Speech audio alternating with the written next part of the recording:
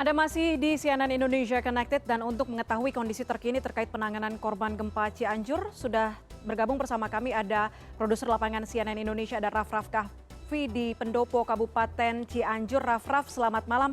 Raff, diinformasikan terakhir kepada kami bahwa besok akan ada pengiriman logistik yang dimulai titiknya dari lokasi tempat Anda berada saat ini. Bagaimana nanti sistemnya agar bisa menjangkau wilayah-wilayah yang memang sulit untuk diakses, mendistribusikan logistik ke sana? Betul sekali bahwa untuk distribusi logistik ini memegang peranan yang penting, Puspa, di mana setiap korban nantinya akan mendapatkan atau diharapkan mendapatkan distribusi logistik yang cukup merata. Dan sistem yang nantinya akan digunakan adalah akan didata oleh para camat yang untuk kebutuhan apa pada esok hari, apakah makanan, kemudian juga tenda, obat-obatan, dan perlengkapan lainnya yang dibutuhkan oleh setiap posko pengungsian. Ada 14 titik posko pengungsian yang terdaftar, yang merupakan posko pengungsian yang besar begitu yang dikelola oleh BNPB, di mana di situ juga terdapat dapur umum, kemudian juga fasilitas lain seperti MCK dan juga fasilitas kebersihan lain. Namun untuk mereka yang tersebar di posko-posko swadaya masyarakat, setiap camat pada pukul 8 pagi nantinya akan datang ke 2 gudang logistik yang disediakan, yakni di gudang BPBD dan juga di gedung wanita atau di gudang wanita, di mana kedua tempat ini merupakan tempat penyaluran dan juga tempat penitipan barang-barang logistik yang nantinya akan diberikan kepada para pengungsi.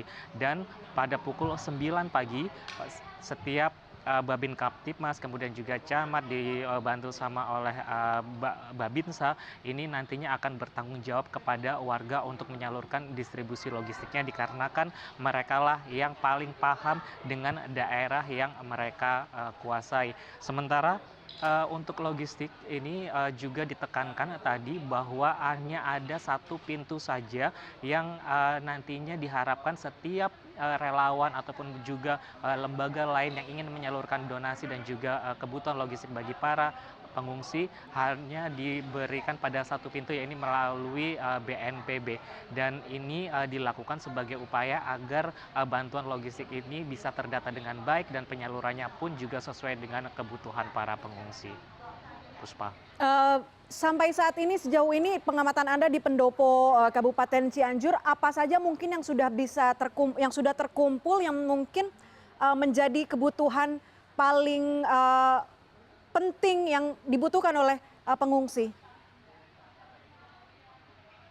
Di Pendopo Gubernur sendiri, di tempat kami melaporkan ini tidak ada atau saya tidak melihat adanya tumpukan barang logistik yang merupakan bagian dari sumbangan atau dari beberapa lembaga kemanusiaan lain.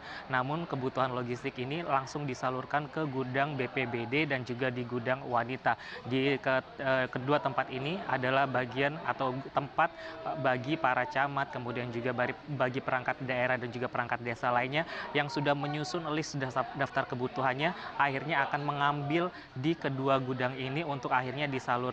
Dan pada pukul 9 nanti penyaluran tersebut akan langsung didistribusikan ke posko-posko swadaya masyarakat yang belum sepenuhnya bisa dijangkau. Jadinya mereka nantinya akan disediakan semacam kendaraan, baik itu berupa truk, untuk menyalurkan berbagai macam kebutuhan logistik masyarakatnya. Dan Puspa, tentu saja terkait dengan kebutuhan logistik ini diharapkan bahwa para warga ini juga diminta untuk tidak hanya masalah makanan, namun kebutuhan logistik apa yang paling dibutuhkan ini akan menjadi semacam pertimbangan lain bagi para relawan yang akan menyediakan kebutuhan logistik mereka, seperti misalnya kebutuhan alat kebersihan diri, kemudian juga obat-obatan dan pakaian, tenda, genset yang paling utama, dikarenakan biasanya kebanyakan mereka berada atau posko tersebut berada di luar ruangan. Puspa.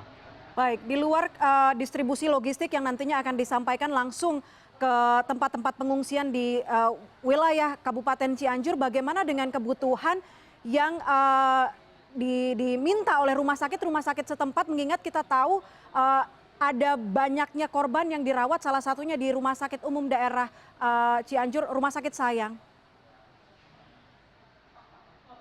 Betul sekali. Tadi pada pukul 11 sampai 12 siang ada beberapa tokoh yang hadir di RSUD Sayang di Kabupaten Cianjur ini. Di antaranya adalah Panglima TNI Andika Perkasa, kemudian juga mantan Wakil Presiden Yusuf Kala dan Menko Polhukam Mahfud MD.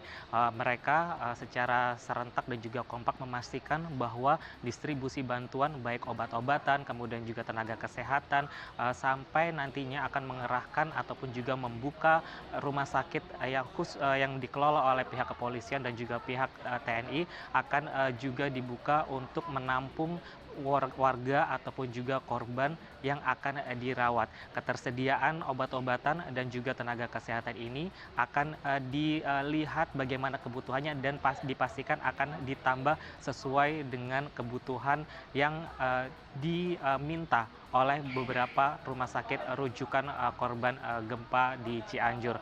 Puspa, terkait dengan logistik yang ada di rumah sakit, memang ini salah satu hal yang paling esensial dikarenakan rumah sakit ini pada sebelumnya juga merawat pasien yang bukan merupakan korban gempa Cianjur. Oleh karena itu ketersediaan tempat tidur, kemudian juga ketersediaan tenda, apalagi para pasien ini dan juga pihak rumah sakit ini memastikan bahwa kenyamanan pasien ini menjadi yang nomor satu.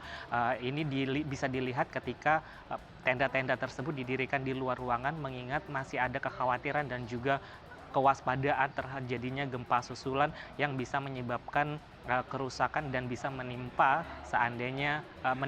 pasien yang sedang dirawat. Oleh karena itu dengan segala upaya dan juga peralatan yang ada sampai kemarin pada hari Selasa saya juga bisa menyaksikan adanya tindakan medis darurat yang dilakukan di luar ruangan. Puspa. Baik, terima kasih Raff Kahvi atas informasi Anda. Selamat kembali bertugas, selamat malam.